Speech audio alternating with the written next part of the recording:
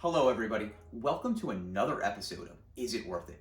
Today we're going to be reviewing the Grohe Smart Essence Kitchen Faucet. Now, I did receive this product for free in exchange for an unbiased product review. So that's exactly what you're going to get, a completely unbiased product review. But this is pretty exciting because it's the first ever time on Is It Worth It that I've had to review a product that I received for free for that product review. Now, with that said, although I didn't pay for the faucet, I will judge it as if I did pay for the faucet, and the going retail price for this product is about $475. So quite a steep price. Let's see if it stands up to it. Let's see if it's worth your $475. Let's cover the positives first. I really do like that it's a very minimalistic design. You don't have a handle hanging off the side or anything like that. Everything for the faucet's contained right here. Very simple, very clean. I do like that quite a bit. You turn the cold on, or not on, but you set it to cold when you move this more to the right, and you set it to hot when you move this little thing more to the left. You can see the hot and the cold indication down here. I really like that because most of the time you're going to use medium temperature water. And when you use medium temperature water, what you're going to be able to do is get a consistent water temperature every time because you don't have to even touch the valve that controls the water temperature to turn it on and off. So I do like that quite a bit, and that really does save that handle here. The other thing that I really like is how you turn the water on and off. So this is a hands-free kind of design. And the way it works is you push this button in right here. So when you push this in, the water goes on, and you push it again and the water goes off. The reason why I like that is because let's say I'm in the kitchen and I'm doing chicken and I've got my hands all, greasy with the chicken. I've got a dry rub on there. My hands are covered in chicken and dry rub and I need to wash my hands and they're just all disgusting. I can hit this with my elbow. Water's on, wash my hands, water off. Very simple, never have to touch the controls with my hands whatsoever. So I really do like that aspect of this kitchen faucet. The other thing that I like, in theory, is how you control the water pressure. So the water pressure is controlled up here. And I don't know if you can see it, but there's a minus and a plus up here. So what happens is when you turn it more to the right, you're supposed to get harder water pressure. And when you turn it more to the left, you're supposed to get lighter water pressure. I really like the concept. Once again, if you like to work with a consistent water pressure all the time, you can leave it in one area and then you're simply turning it on. You're gonna get the same temperature, the same pressure each time. Turn it and turn it off. So I really do like that aspect of it. I just told you what I liked about the faucet. Now let's go over what I don't like about the faucet. And the first thing I'm going to talk about is the little knob up on the top, which is supposed to control water pressure. Now it's supposed to be when you turn it all the way to the right, you're going to get your highest amount of water pressure. And when you turn it all the way to the left, you get your lowest amount of water pressure. Sounds great in theory, but let's see how it actually works. So right now I have it all the way to the left, and let's turn the faucet on. Not too bad. I think it could have a little bit less pressure, but not too bad. But let's see what happens as we turn it to the right. The pressure slightly increases. Keep going, keep going. There's the most water pressure. Most water pressure, least water pressure. As you can see, there's not a big difference. Let me show you this one other way. I'm going to turn it all the way to the left, so this should be the lowest amount of water pressure. And I'm going to shoot this straight up in the air. Very little water coming out, as you can see. Now I'm going to go ahead and turn it all the way to the right and shoot it up in the air. A little bit more water pressure, but not a ton more. So let me put that back in. The second thing, there's no shower function. So what I really liked about my old faucet, or the faucet that I used prior to this one, was that when you needed to clean something, get a little bit more water pressure, you can use the shower function, which kind of like aerates the water and really makes it more heavily on the flow side.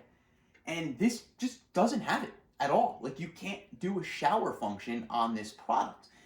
And that's really striking to me, considering this is a $475 product And you can get that feature on a $150 product. So the fact that they don't have that on a $475 product when I can get that on a $150 product, that's kind of crazy to me. Now, in practicality, when and where do I use it? Well, here's a great example. Let's say I use my blender and I make some hummus or I make some frozen margaritas, whatever it is. After I'm done, there's going to be gook all over the sides of the blender. There's going to be stuff around the blades. With my old faucet, I'd be able to take the hose, use the shower pressure, and I would shoot the water directly at the blades. It would clean the blades off. It would clean all around the blender. Let's see how that works here. I'm going to turn up the pressure. The pressure's all the way to the right. I'm going to turn it on. I'm going to try to clean my blender. And as you can see, the water doesn't even make it to the blades. Doesn't even make it to the blades. So that's a key lack of functionality of this product. One other thing. I noticed that when I use this thing, I'll give you an example in a second, I get water all over the place. And why is that? Well, there's two reasons. Number one, I'm going to turn this on again, and you can kind of see where the water falls. The spigot really isn't that far forward. You can see the water's falling all the way back here. My older faucet fell about over here, about an inch to an inch and a half farther out. When you add to that the fact that the faucet is as high as it is, the result, when I go to wash my hands,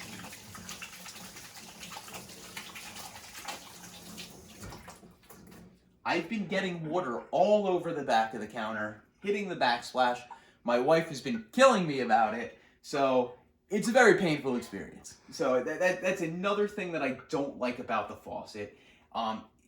Three crucial things. The fact that I get water all over the place, the lack of really much of a difference at all between the setting of water pressure, and then the fact that it doesn't have a spray function. I think those are huge negatives about this product.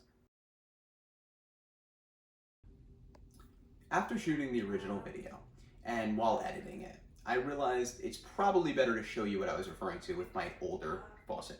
So we put our older kitchen faucet back on, and let's take a look. Now, you'll remember with the Grohe faucet, I showed how the water was hitting about right here in the sink, and that was causing me to really make a mess getting water all over the place. As you can see with this faucet, when you turn it on, you could actually, especially if you turn it on full power, you could hit all the way to the drain. So much better, gets the water farther out. I'm going to bring the blender back. With the Grohe faucet, the water only went up about right here. If you're trying to clean the blades, there's not much you can really do.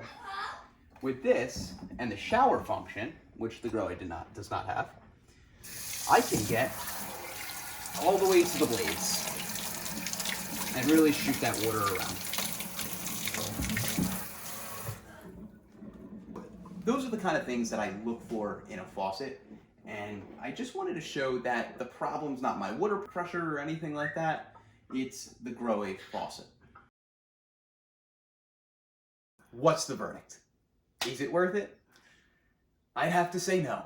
No, I hate to say it, but it's not worth it. Like I said at the beginning of this video, although I got the product for free, I'm going to review it like I paid $475 for it, because that's what you're going to have to pay for it. And in all honesty, right after I'm done with this video, I'm going to put my last faucet back on. So it's not like I have to return it to the store and I'm going to get money back. I'm not going to get any money back because I didn't pay anything for it. It's just going to go to the basement and sit there because I really preferred my previous faucet, which was a much less expensive model compared to this one. So I would say it is not worth your money, especially if you're paying $475.